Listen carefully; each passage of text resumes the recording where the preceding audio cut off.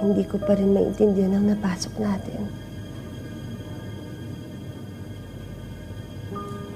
Pero kasalanan ko to. Ako nagpumilit na pumunta tayo dito. Noong huli tayo nag-away, sabi mo, pinaparusahan kita dahil bunga ka na nangyari sa akin. Sorry kung yun ang naramdaman mo. Dahil pinaghihigpitan kita. Pero hindi totoo yun. Gusto kitang ipalaglag noon. Pero ang Lola Belia mo nagsabi sa akin na wala kang kasalanan. Tama si Inay. Ikaw ang pinakamagandang nangyari sa buhay ko.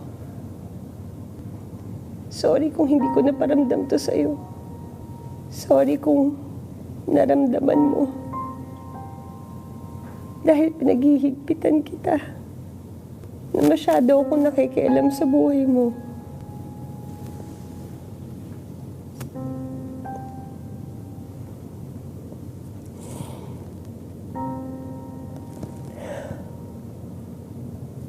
Gusto kong malaman mo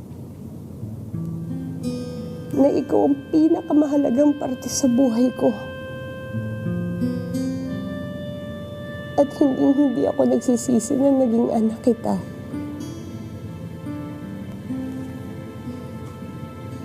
Mia, pangako ko sa'yo, hindi kita iiwanan.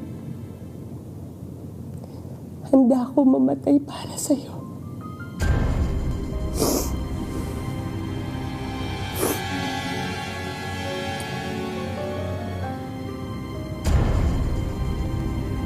At handa rin ako ulit pumatay